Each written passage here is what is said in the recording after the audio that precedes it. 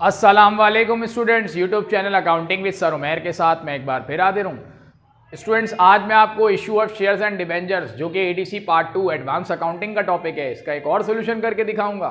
लेकिन वीडियो देखने से पहले अगर आपने मेरे यूट्यूब चैनल को सब्सक्राइब ना किया हो तो सब्सक्राइब कर लें ताकि हर नई आने वाली वीडियो का आपको नोटिफिकेशन मिल सके। स्टूडेंट्स, ये क्वेश्चन 2017 प्राइवेट क्वेश्चन नंबर 1 है जो मेरे लेफ्ट पर आपको नजर आ रहा होगा।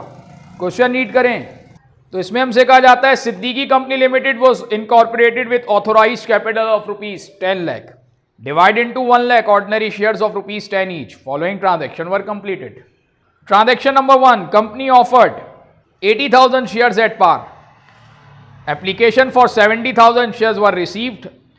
Shares were allotted to the applicant and remaining to the underwriter. 80,000 shares offer की लेकिन 70,000 रिसीव हुई और 10,000 जो शेयर्स हैं वो एज एग्रीमेंट अंडरराइटर परचेज करेगा। Next, purchase furniture worth 60,000 and issue 5,000 shares in consideration. Company ने 60,000 के फर्नीचर परचेज किया और उसके अगेंस्ट 5,000 शेयर्स इशू किए। Next transaction, company pay 25,000 as preliminary expense. Company ने प्रिलिमिनरी एक्सपेंस की पेमेंट की 25,000। Then land costing 72,000 was acquired by issuing 7,000 shares. Land purchase की 72,000 की और उसके अगेंस्ट कंपनी ने 7,000 शेयर्स इशू किए। Issue 5,000 debenture at ₹100 each, repayable at par ₹100। Company ने इशू किए 5,000 डिबेंचर्स 100 रुपीज़ के हिसाब से और रिडम्पशन जो होगी वो भी पार पर होगी यानी 100 रुपीज़ पर होगी। Then issue 1,000 debentures of ₹100 each at ₹95 per debenture. Company ने 1,000 डिबेंचर्स इशू किए जिसकी के पार वैल्यू 100 रुपये लेकिन इशू 95 पर किए। रिक्वायरमेंट में कहा जाता है record the above transaction in the book of Siddiqui company limited. Siddiqui company limited की बुक में ट्रांजैक्शन रिकॉर्ड करें and then prepare the balance sheet. फिर उसकी हमें बैलेंस शीट बनानी है। तो स्टूडेंट, सबसे पहले हम इसकी जनरल एंट्रीज पास करेंगे। सबसे पहले 70,000 शेयर्स रिसीव हुए जनरल पब्लिक से और एक शेयर की जो वैल्यू है वो 10 रुपये। इसका मतलब ये हुआ कि 7 लाख रुपीस कंपनी के अकाउंट में आ गए और चूंकि शेयर्स इशू करवाए जाते हैं बैंक के जरिए, बैंक एज अंडरराइटर काम कर रहा होता है तो कंपनी का बैंक इंक्रीज हो गया और बैंक एसिड इंक्रीज हुआ तो हमने उसे डेबिट रिकॉर्ड किया 7 लाख से। Bank debit, ordinary share application credit. Ordinary share application students एक टेम्पररी अकाउंट है जो क्लोज डाउन हो जाएगा, राइट ऑफ हो जाएगा। Then narration to record 70,000 ordinary share application at par. Company ने 70,000 ordinary share application रिसीव की पार पर। देन इसकी अब हम अलॉटमेंट कर देंगे। ऑर्डिनरी शेयर एप्लीकेशन जो कि क्रेडिट पर था, जो कि टेम्पररी अकाउंट है, उसे हमने क्लोज कर दिया, उसे डेबिट ले गए और ऑर्डिनरी शेयर कैपिटल को क्रेडिट कर देंगे 7 लाख से।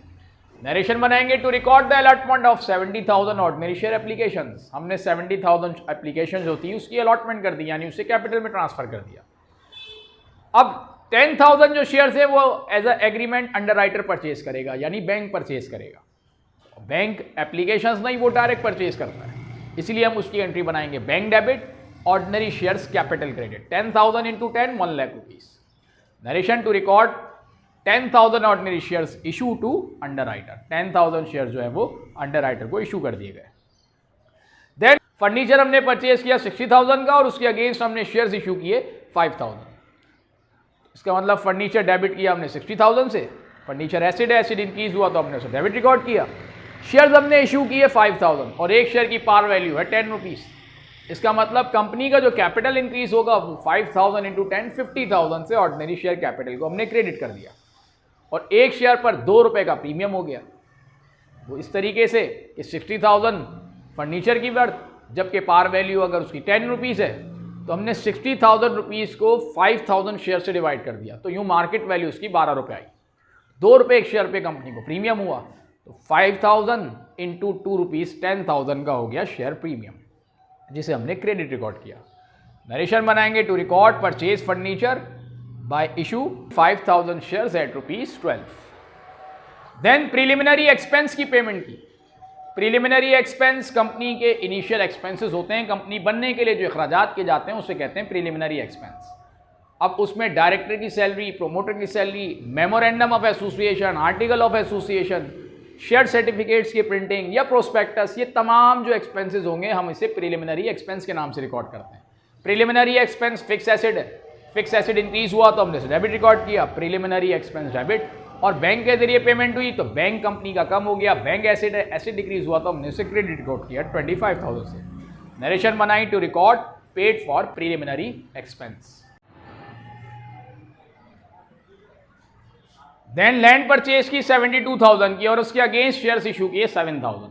लैंड फिक्स एसेट परचेज किया तो एसेट इंक्रीज हुआ तो लैंड को हमने डेबिट रिकॉर्ड किया 72,000 से, शेयर्स हमने इशू किया 7,000 और एक शेयर की पार वैल्यू 10 रुपी है तो इसका मतलब 70,000 से कैपिटल इंक्रीज हुआ और कैपिटल इंक्रीज हुआ तो हमने इसे क्रेडिट रिकॉर्ड किया 70,000 से और 2,000 का हो गया शेयर प्रीमियम जिसे हमने क्रेडिट रिकॉर्ड किया ऑर्डिनरी शेयर प्रीमियम के नाम से। नरेशन बनाएंगे to record purchase equipment and issue 7,000 shares at par. हमने इक्विपमेंट परचेज किया और उसके अगेंस्ट 7,000 शेयर्स इशू किए एट पार पर। देन कंपनी ने डिबेंचर्स इशू किए और debenture students long term liability होती है। डिबेंचर्स लॉन्ग टर्म लाइबिलिटी है, ये भी फाइनेंसिंग के लिए शेयर डिबेंचर्स इशू किए जा रहे होते हैं। कंपनी ने डिबेंचर इशू किए और डिबेंचर्स इशू किए कंपनी ने 5,000 और एक शेयर डिबेंचर जो है वो 100 रुपये का है। इस तरह जो बैंक में अमाउंट आया वो 5 लाख रुपये आया। 5 लाख रुपये से बैंक एसिड है, एसिड इंक्रीज होकर डेबिट रिकॉर्ड हो गया 5,000 इंटू 100 5 लाख। और डिबेंचर्स पेबल जो कि लॉन्ग टर्म लाइबिलिटी है और लाइबिलिटी इंक्रीज हो रही है तो उसे हमने क्रेडिट रिकॉर्ड किया डिबेंचर पेबल के नाम से। नरेशन बनाएंगे to record issue 5,000 debentures at par and repayable at par. Company ने 5,000 डिबेंचर इशू किए पार पर और रिडम्पशन भी उसकी पार पर ही होगी। देन कंपनी ने 1,000 डिबेंचर्स इशू किए। एक डिबेंचर की पार वैल्यू 100 रुपये है लेकिन कंपनी ने इशू किए 95 पर और रिडम्पशन होगी उसकी पार वैल्यू पर। तो जो बैंक में अमाउंट आया वो 95 के हिसाब से आया। बैंक डेबिट 1,000 इंटू 95,000 से। ऑल्दो 100 का डिबेंचर 95 पर इशू किया गया तो इसका मतलब 5 रुपये पर डिबेंचर पे कंपनी ने डिस्काउंट दिया जिसे हम रिकॉर्ड करेंगे डिस्काउंट ऑन डिबेंचर्स के नाम से 1,000 इंटू 5,000 से जिसे हमने डेबिट रिकॉर्ड किया। और पार वैल्यू से डिबेंचर पेबल को क्रेडिट करेंगे और डिबेंचर पेबल चूंकि लॉन्ग टर्म लाइबिलिटी और लाइबिलिटी इंक्रीज हुई तो हमने उसे क्रेडिट रिकॉर्ड किया डिबेंचर्स पेबल 1,000 इंटू 100 1 लाख से। To record issue 1,000 debentures at discount repayable at par.